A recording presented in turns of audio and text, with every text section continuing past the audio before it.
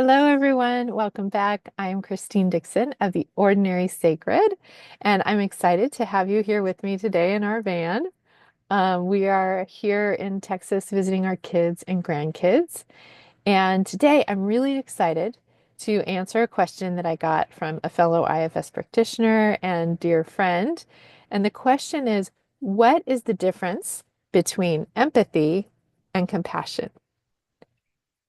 Good question. In our culture, a lot of times people have different definitions, so it's really important to kind of clarify what we mean when we're talking about empathy and compassion and see if we share a common definition.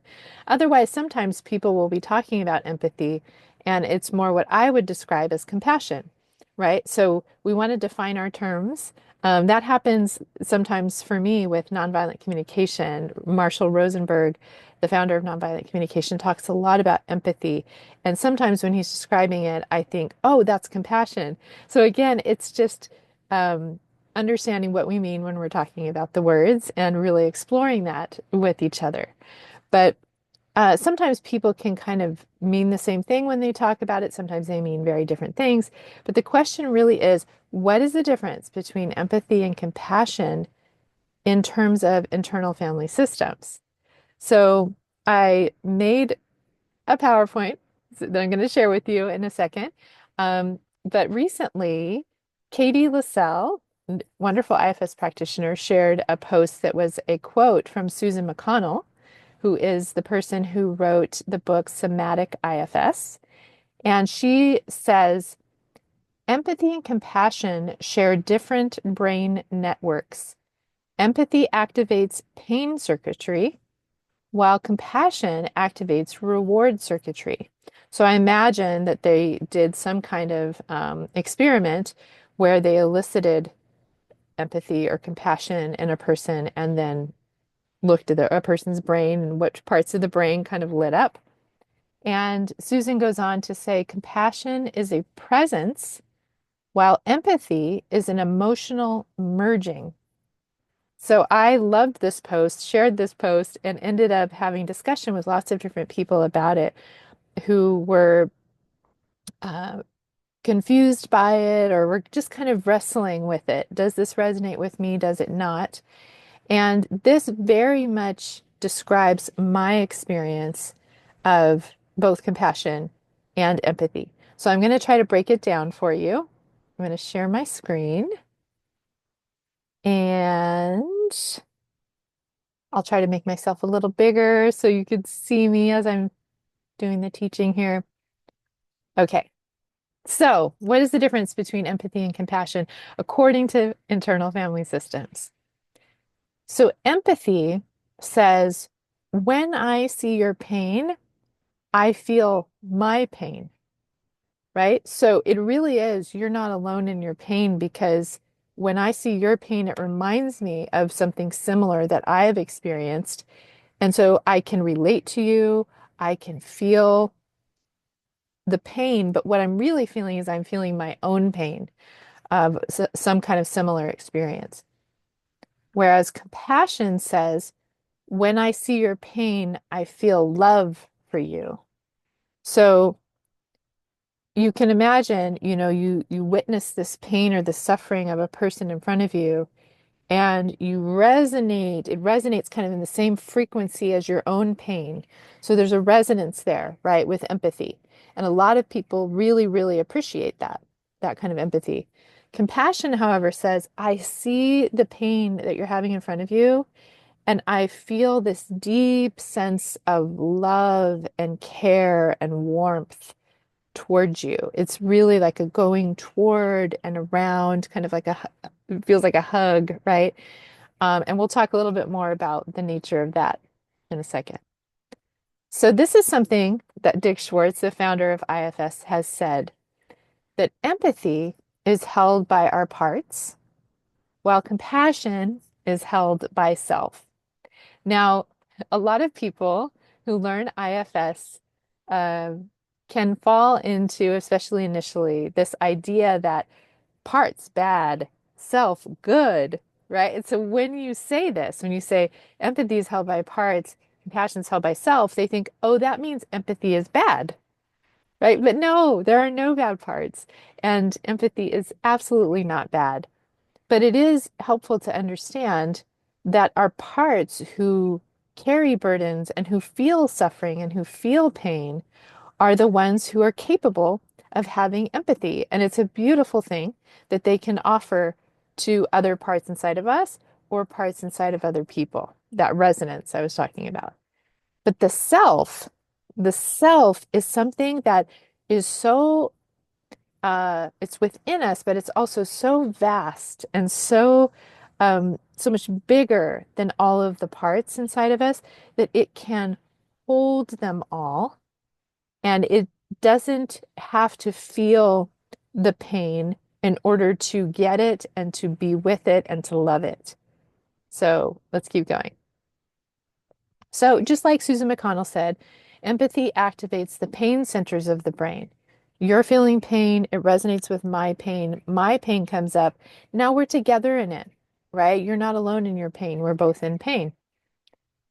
While compassion actually activates the reward centers of the brain, because what's happening on the inside in IFS is that the self is this loving presence that is with the suffering, and you'll see this in the PowerPoint here, but the exact definition of compassion is con with suffering. So compassion is with the suffering. And when our suffering parts receive this loving, compassionate, warm connection in their suffering by something that is even bigger than them, they feel rewarded. They feel soothed, right? And so that's why compassion actually activates the reward centers of the brain. So empathy says, troubled, I can validate your pain. Okay. And again, many parts really like that. They like to know my pain makes sense. You get it. You felt it too, right?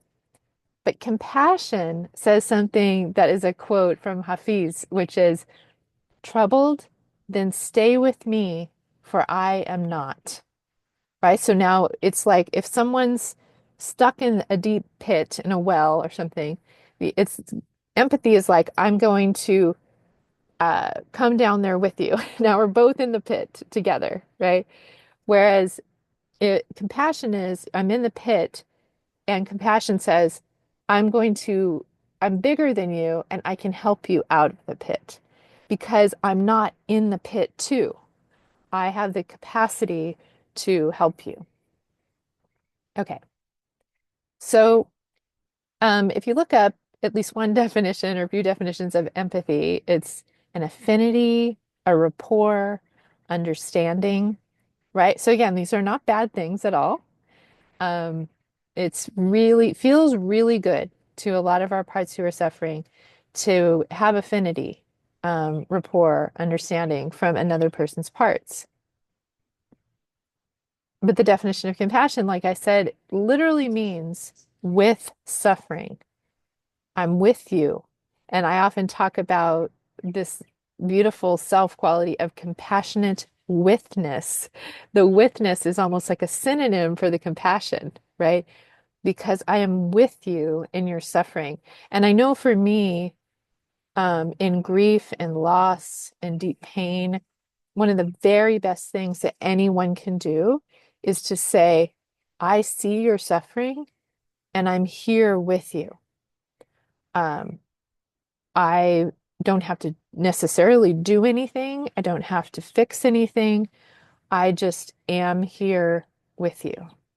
So the witness is, to me, the number one quality of compassion. But we'll talk later about how compassion and self is not necessarily just this objective observer that is with.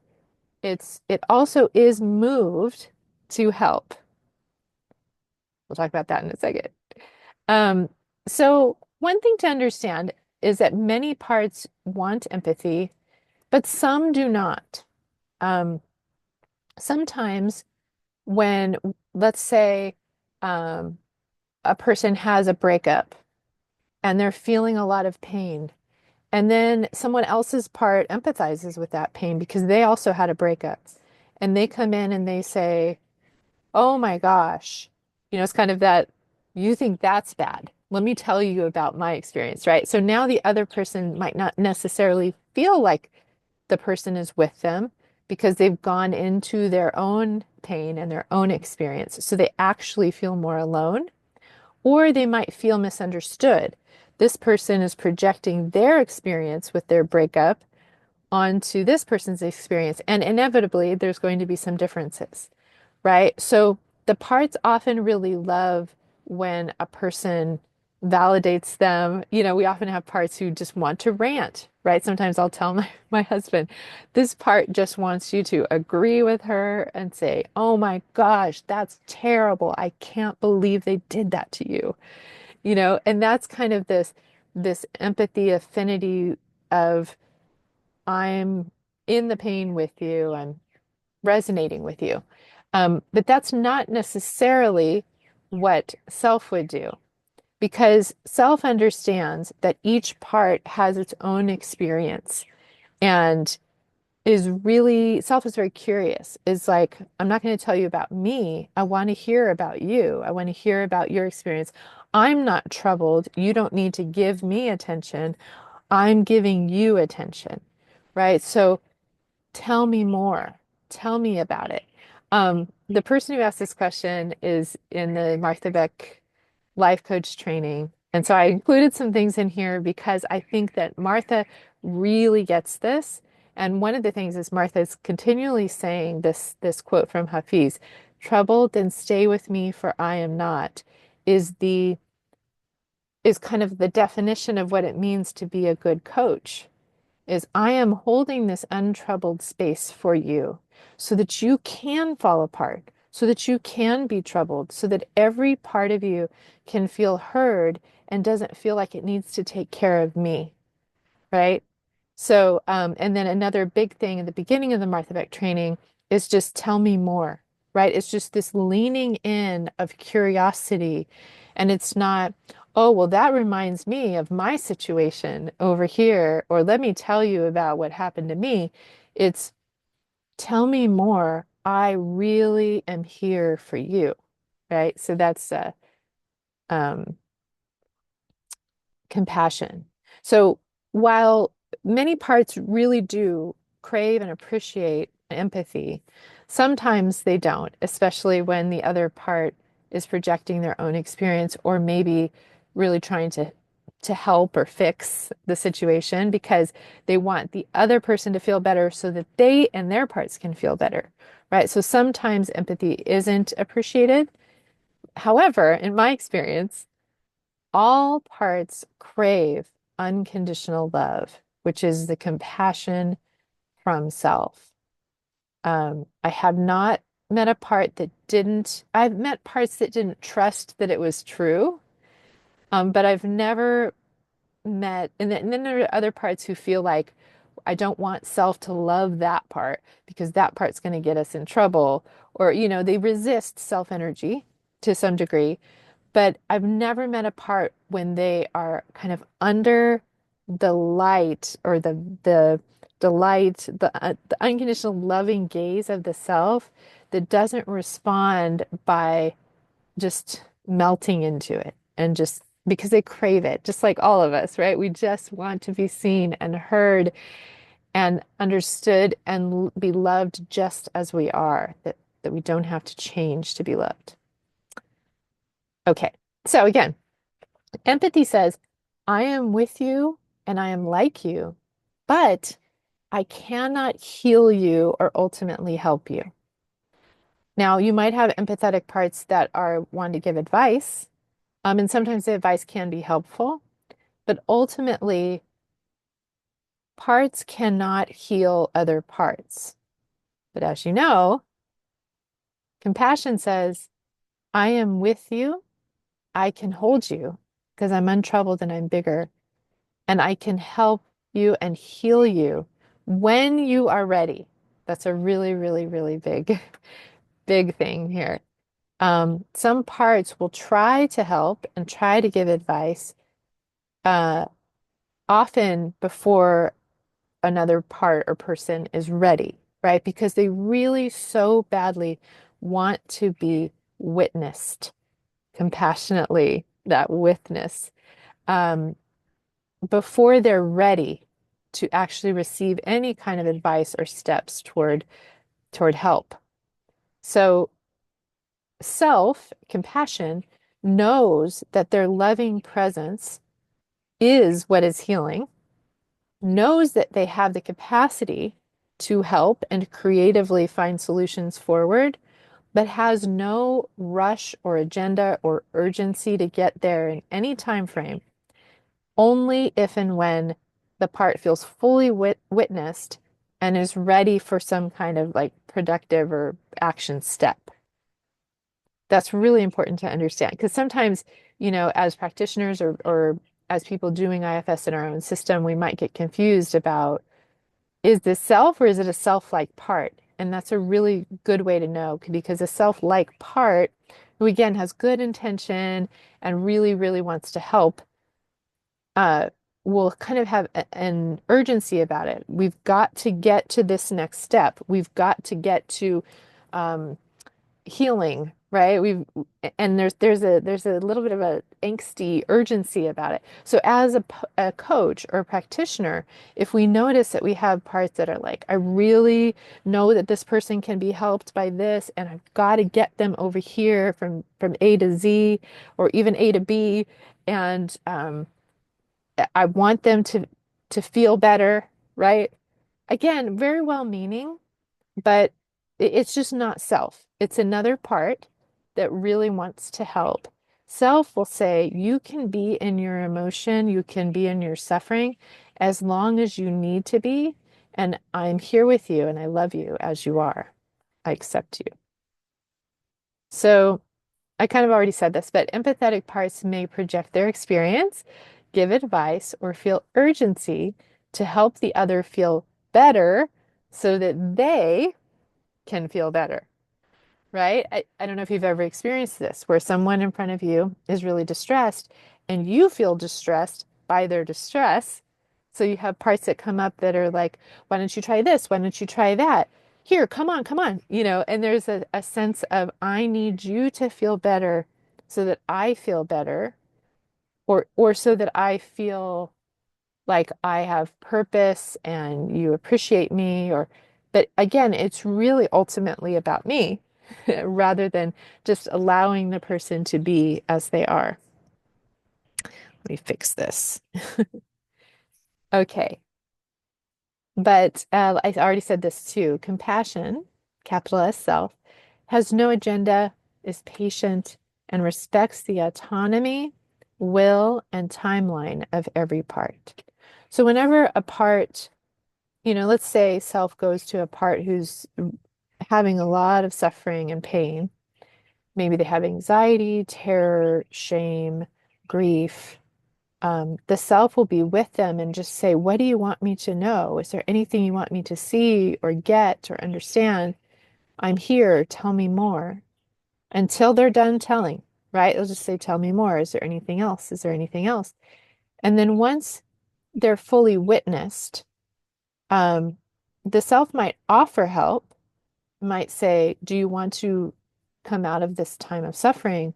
Or do you want to learn something different or do something different?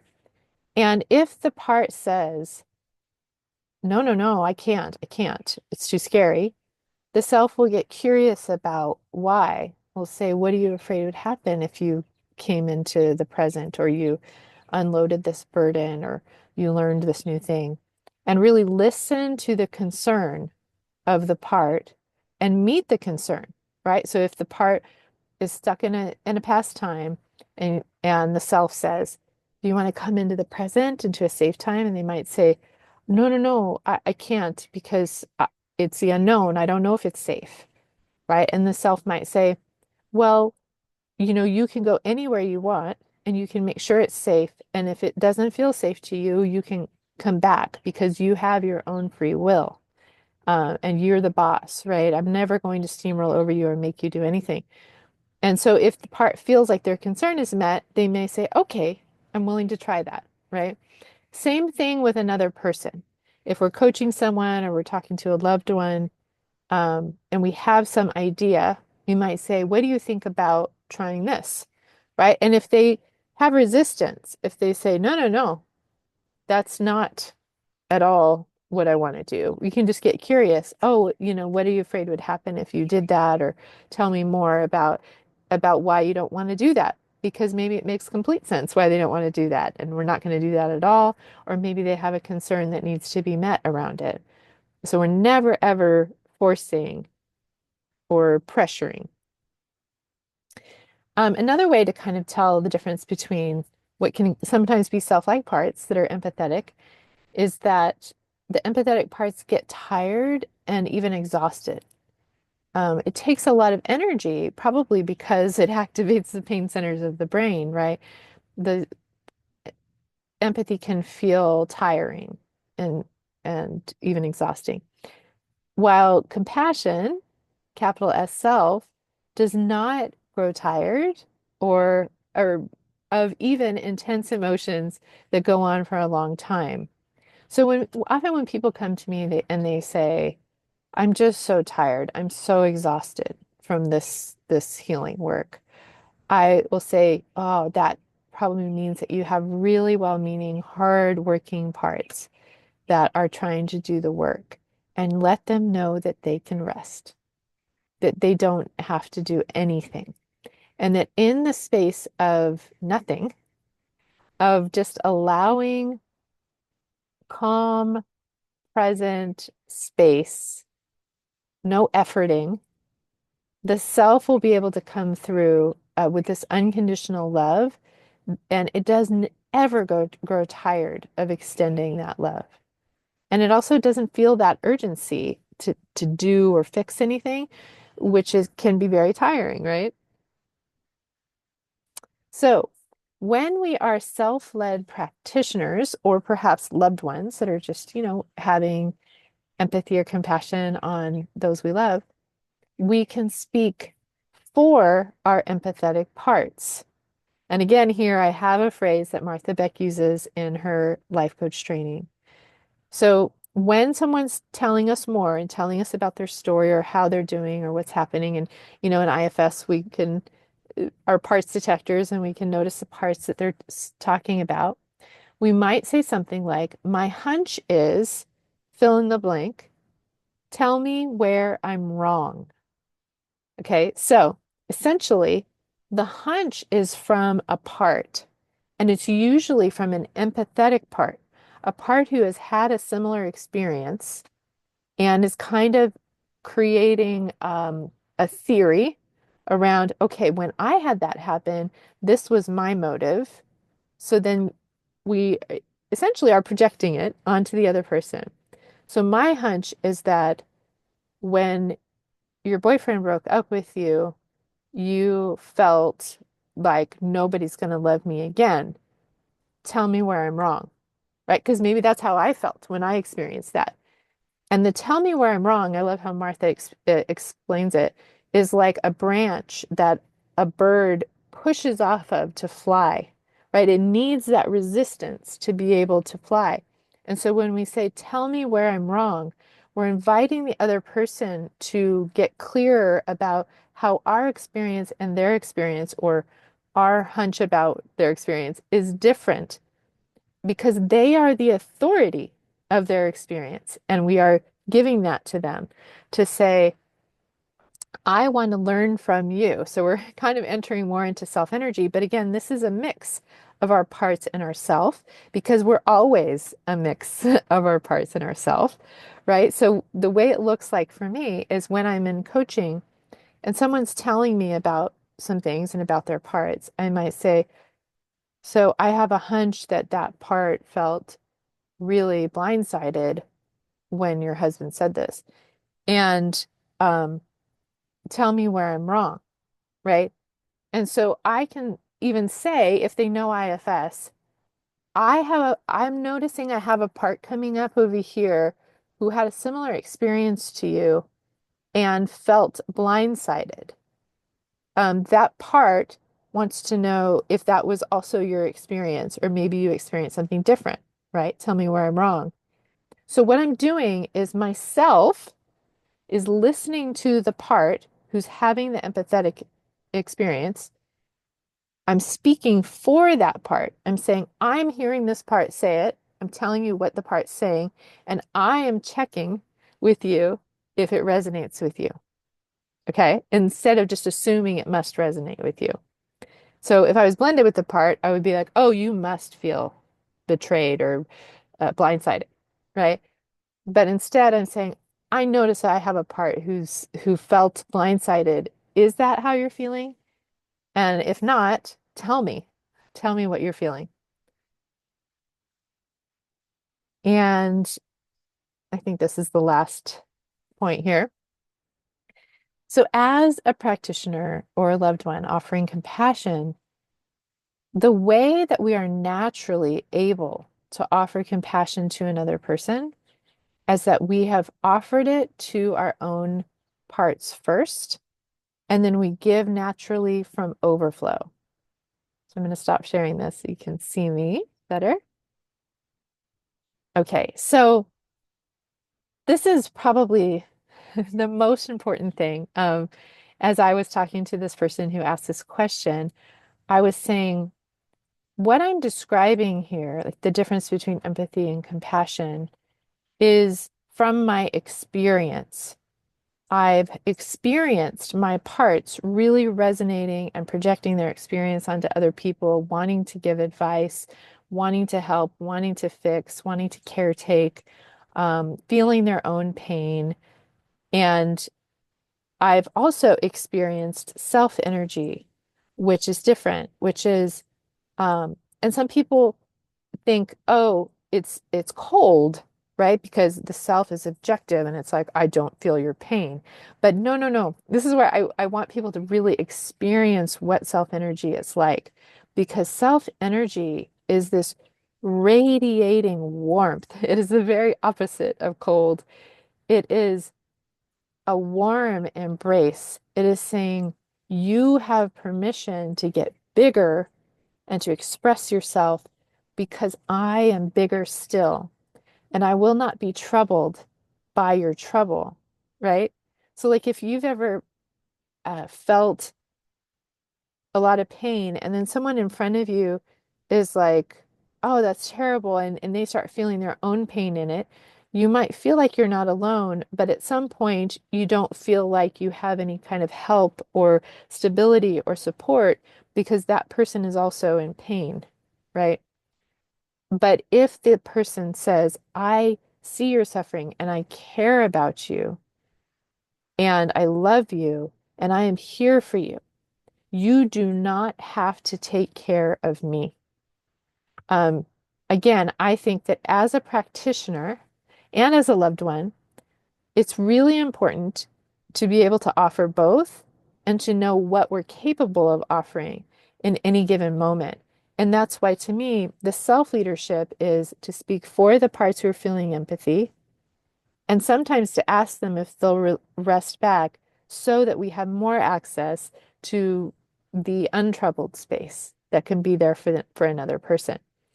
I do not believe that as a practitioner, we need to be in self fully all the time. I think it's completely okay to speak for our parts and actually is very beneficial because we're modeling to our client. Parts are going to come up constantly. Ooh, I'm noticing I have a part. My parts kind of show up in location. So I'm like, I sense its energy over here, or it's over here, or it's here, right? And so I'm kind of like, there's a part feeling uh, a lot of weight and like empathy and resonance. Maybe I have my first husband died by suicide. So if I have a client who's had a loved one die suddenly, and I might have parts that get activated that really resonate, but now their pain is coming up, which will make it a lot harder for me to hold space. So I might just say, I have parts that have had similar experience that are really coming up right now. And I'm just going to turn toward them and love them and tell them that I see them. I see you. Yes, yes, you know this pain. You know it. I'm here with you. Okay, so now myself is here with the part that came up and resonated with their pain. So they can see, ooh, I have parts that really get their parts. And I also have one inside of me that can give love and compassion to those parts so that they don't feel like they've got to have it all together and give that to me, right? In that sense, I'm my own primary caregiver. And so, last thing I'll say here, and I say this all the time with the practitioners that I work with, the number one thing that you can do to prepare for your clients is to give compassionate witness to your own parts. I would recommend doing that for at least 5 minutes before every session so that your parts feel really seen and connected to yourself so that they can relax a little bit and you have more self energy, that untroubled space to offer to the person in front of you. But it also means that you can do it within a session because parts will get activated by something your client says, or, your client might do something that activates a part of you that feels rejected, or you feel shocked, or maybe they have a part and you're afraid of it or something. And so you really are in constant connection to your own parts, even within the session, to be able to say, oh, I see this part that is really intimidated by an angry part that's coming out of my client or dissatisfied part, critical part. Wow, I really see you and I'm here with you. I mean, it can be when you have done a lot of work before, in your own system and you know your parts, when they come up, it's a lot easier to recognize them and say, I see you, I'm here with you. And it can be fairly seamless. Sometimes you might have to ask a part to say, hey, I promise you I'm going to get deeper with you and really listen to you later. But can you give me space now to just offer some self energy? And I'm going to make a specific time and date and place appointment with you, right? Because the more you know your own parts, the more you are going to be available to other people. So it's not just, that you can't go as far in another person's system as you've gone in your own. That's absolutely true as well. But it's also that you have an alive, ongoing communication relationship with the parts that are coming up in you, turning toward them, recognizing them, allowing them space. Um, and that really is what self-leadership is. It's not that you don't have any parts and you're only in self. That would be a self-like part. Um, but it's this constant fluid dance of acknowledging parts that come up and giving them space to feel and listening to them. And then they can relax. And then you have more access to self and they have more access to self, right? Because when parts can relax their burdens and their roles, at the core of them is also self. So you're contributing more and more self to the system. And then you have overflow of self to give to your client. So if you are distressed before, during, after a session, turn toward those parts, love them, embrace them, be with them, um, create space for calm. I'm going to talk about that in the next video. And if you're still here listening to me, um, I'll say one more thing. I am thinking about once a month, if I can, with our lifestyle, it's a little difficult, but once a month having a practitioner, IFS practitioner consultation group meeting. It'll probably be about 2 hours. The first one will likely be in April. And if you're a practitioner, you're a coach, a therapist, or and you're using IFS with clients, and you want to come and meet with other practitioners and listen to other people's questions, propose your own questions, and just have a nice Q&A learning time. Let me know in the comments, is that something that you think you would be interested in? My parts are really wanting to do that. It likely will not necessarily be part of the gift economy. Everything else that I'm doing is a free gift to everyone. Um, but I will likely have a paywall just so that it creates a safer space. Um, but let me know if that's something that you would be interested in, and I'll try to plan that for next month. Okay, thanks for watching. If you have any questions or comments about the difference between empathy and compassion, please leave that in the comments below.